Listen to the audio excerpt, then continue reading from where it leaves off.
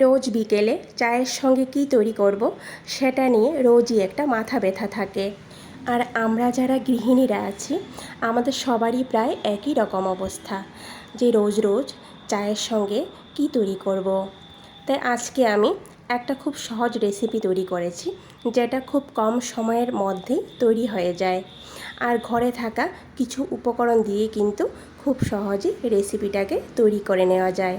রাধে কৃষ্ণ বন্ধুরা, আমি টুলটুল, আর এই টুলটুলের রান্নাঘরে আপনাদের সবাইকে স্বাগত।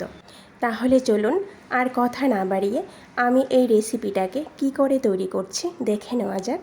এই রেসিপিটা তৈরি করার জন্য সবার প্রথম যেটা দরকার সেটা একটা পাকা কলা।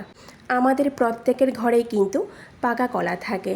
এখানে আমি একটা পাকা কলা নিয়ে নিয়েছি। এবার কলাটার খোসা ছাড়িয়ে একটা মিক্সি জারের মধ্যে নিয়ে নেব। কলাটা সবটা ভালো নয়, অর্ধেকটা ভালো আছে আর অর্ধেকটা ভালো নয়, সেজন্য সেটা আমি ফেলে দেব। এখানে যতটুকু কলা নিয়েছি সেটা দিয়ে খুব সুন্দর মতো রেসিপিটা তৈরি হয়ে যাবে। এবার আমি একটা ছোট বাটি নিয়ে নেব। আপনারা চাইলে ছোট কাপ বা বাটি নিতে পারেন। এবার আমি সেই বাটির 3 ভাগের 1 ভাগ চিনি দিয়ে দেব। 2টা এলাচ দিয়ে দেব ফ্লেভারের জন্য। এখানে আমি বাটার নিয়ে নিয়েছি। আপনারা চাইলে বাটারের পরিবর্তে কিন্তু সাদা তেলও ব্যবহার করতে পারেন। এখানে বাটার শক্ত বলে 1 চামচ বাটার নিয়ে নিয়েছি। আর বাটার যদি গলানো হয় তাহলে 1 চা চামচের 5 চামচের মতো বাটার নিতে হবে। এবার সমস্ত উপকরণ ভালো করে পেস্ট করে নেব। পেস্ট করে একটা সাইডে রেখে দেব। এখানে আমি 6 থেকে 7টা কাগজের কাপ নিয়ে নিয়েছি। আপনাদের কাছে যদি কাগজের কাপ না থাকে তাহলে আপনারা কেক টিন বা স্টিলের বাটিতেও এই রেসিপিটা খুব সহজেই তৈরি করে নিতে পারবেন। এবার অল্প অল্প তেল সম্পূর্ণ কাপগুলিতে লাগিয়ে নেব। কাপের মধ্যে তেল লাগানোর পর সামান্য পরিমাণ ময়দা কাপগুলিতে লাগিয়ে নেব। আর এক্সট্রা যদি কোনো ময়দা কাপের মধ্যে লেগে থাকে সেটা ঝেড়ে ফেলে দেব। এই দেখুন, আমি এখানে কলা আর চিনি যে পেস্ট করে রেখেছিলাম সেটা একটা বাটির মধ্যে নিয়ে নেব। আপনাদের কাছে যদি স্টিলের বাটি থাকে তাহলে স্টিলের বাটিতে আগে তেল মাখিয়ে নিতে হবে সম্পূর্ণ বাটিতে, তারপর সামান্য পরিমাণ ময়দা সম্পূর্ণ বাটির মধ্যে লাগিয়ে নিতে হবে। আর এক্সট্রা করে ময়দা থাকলে সেটা ঝেড়ে ফেলে দিতে হবে। এবার মিক্সি জারের মধ্যে 1/2 কাপ পরিমাণ জল দিয়ে মিক্সি জারটা ভালো করে ধুয়ে বাটির মধ্যে নিয়ে নেব। এবার যে বাটি মেপে আমি চিনি নিয়েছিলাম সেই বাটির 1 বাটি পরিমাণ ময়দা দিয়ে দেব। আপনারা এখানে ময়দার পরিবর্তে আটাও ব্যবহার করতে পারেন। 2 চামচ পরিমাণ গুঁড়ো দুধ দিয়ে দেব। গুঁড়ো দুধের পরিবর্তে এখানে আপনারা গরুর দুধও ব্যবহার করতে পারেন। আর খুব সামান্য পরিমাণ লবণ দিয়ে দেব। আর চা চামচের 1 চামচ, মানে ভরে 1 চামচ নয়, 1 চামচ বেকিং পাউডার দিয়ে দেব। আর 1 চামচের 4 ভাগের 1 ভাগ বেকিং সোডা দিয়ে দেব। এখানে বেকিং পাউডার কিন্তু চামচ ভরে দেব না, হালকা করে 1 চামচ পরিমাণ বেকিং পাউডার দিয়ে দেব। এবার অল্প অল্প করে জল দিয়ে একটি ব্যাটার তৈরি করে নেব।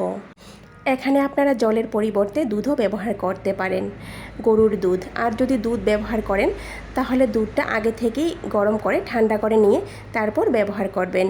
এবার একই দিকে ভালো করে মিশিয়ে একটি ঘন ব্যাটার তৈরি করে নেব। 2 থেকে 3 মিনিট সময় লাগবে ব্যাটার মেশাতে। সবার শেষে 1/2 চামচ পরিমাণ লেবুর রস দিয়ে দেব। লেবুর রস দিয়ে আবারও একটু ভালো করে মিশিয়ে নেব। লেবুর রসটা দিলে কি হবে, কেকটা স্পঞ্জি আর জালিদার তৈরি হবে।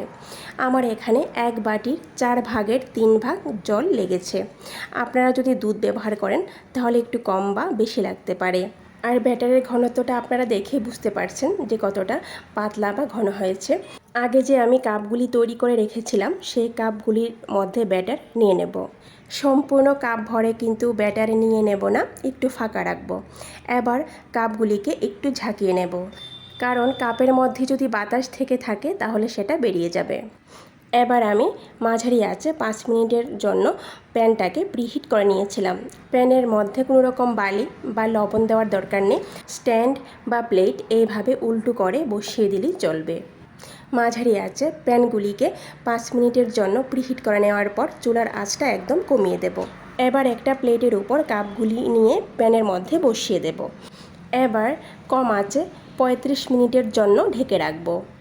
আর যে ঢাকনার যে একটা ছিদ্র থাকবে সেটাকে একটা লং দিয়ে বন্ধ করে দেব। আর এই 35 মিনিটের মধ্যে কিন্তু ঢাকনা বারবার উঠিয়ে দেখব না। ফিরে আসলাম বন্ধুরা 35 মিনিট পর। এই দেখুন 30 থেকে 35 মিনিট সময় লাগে কেকটা তৈরি হতে।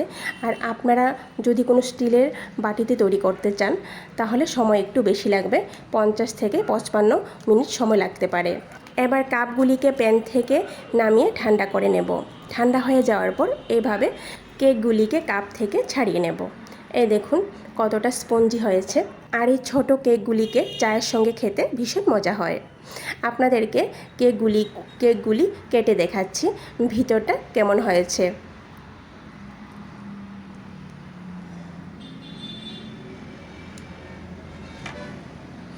এই দেখুন বন্ধুরা কতটা জালিদার হয়েছে। এগুলি আপনারা এমনিতে খালি খেয়ে নিতে পারবেন। ভিডিওটি সম্পূর্ণ দেখার অনুরোধ রইল। কেমন হয়েছে কমেন্ট করে নিশ্চয়ই জানাবেন।